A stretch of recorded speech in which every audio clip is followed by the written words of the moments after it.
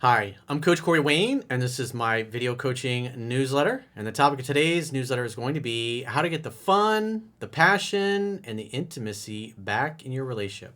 So I've got an email from a guy who he's been married for about 10 years, and things have been pretty frosty between he and his wife for a long time.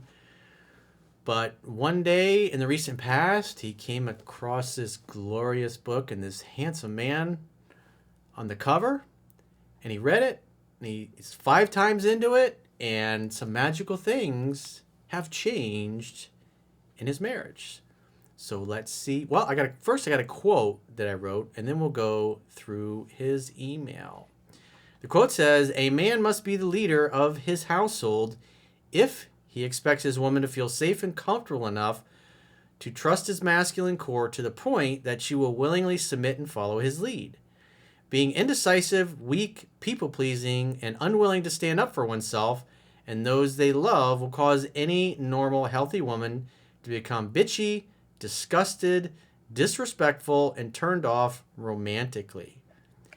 Men who can't accept that it is their responsibility for everything that happens in their kingdom, and for all you red pill guys that piss all over women and blame women for everything because you're too much of a fucking pussy to stand up for yourself, it means everything.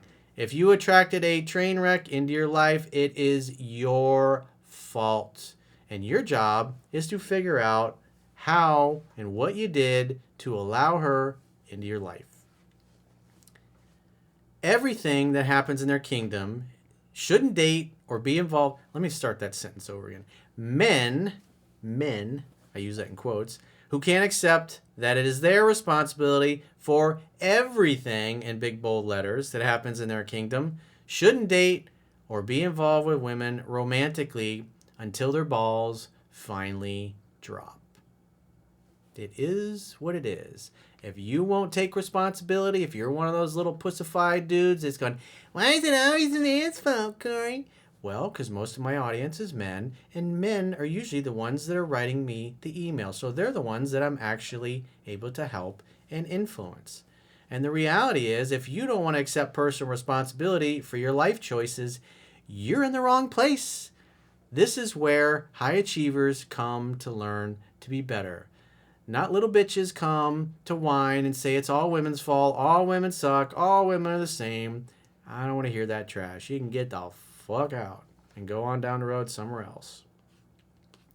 I'm here to talk to men with a capital M, not little boys who aren't ready to grow up yet and whose balls haven't dropped.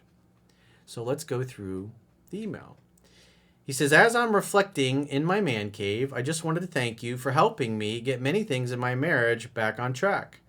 I've listened to your book, the one with the handsome dude in the cover, obviously, 5 times on the way to 15 to 20, and find myself instinctively making the right choices.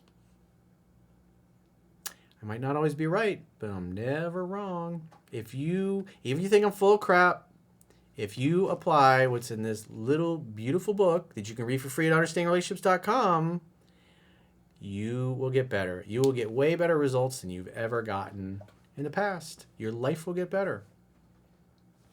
Just Google my name. It's all over the internet. The results are everywhere. The success stories are everywhere. My marriage of 10 years with kids 13 and 5 was going crappy, and I was being too much of a beta male and not setting the tone, in addition to allowing her to be constantly bitchy and disrespectful.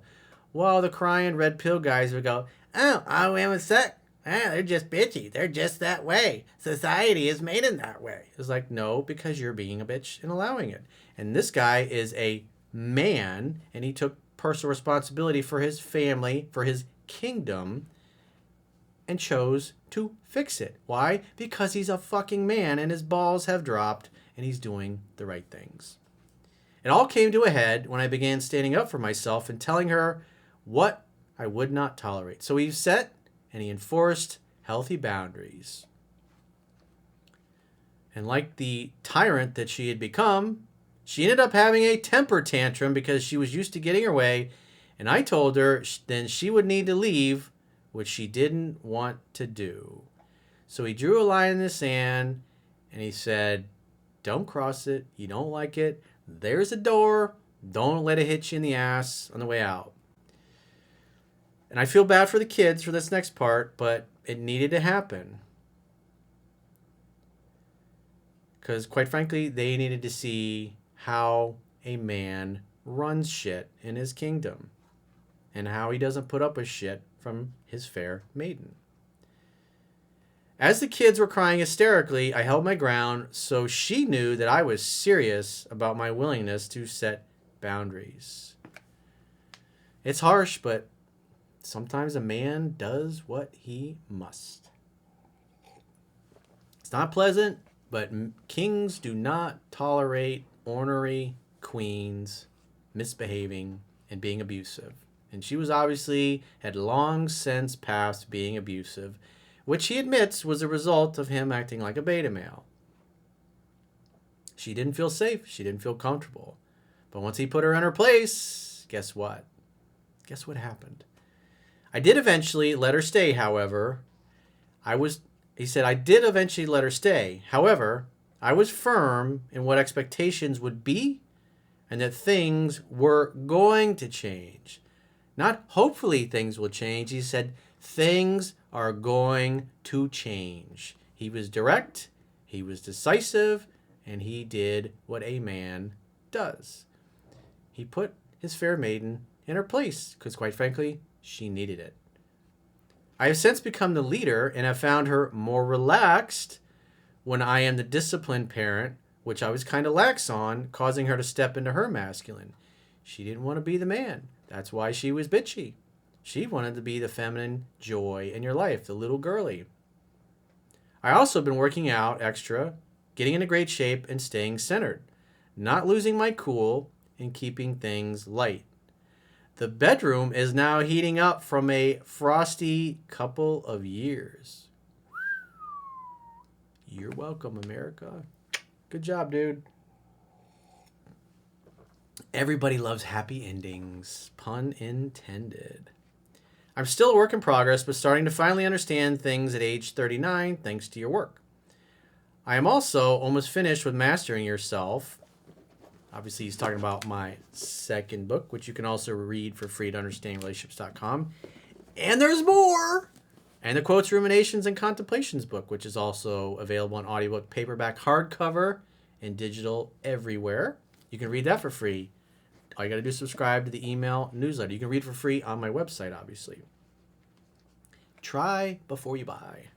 Nobody else does that. He says, I also am almost finished with Mastering Yourself and listen to the newsletters on Spotify. I am kicking ass in my business and finally seeing some of the same success with my personal life.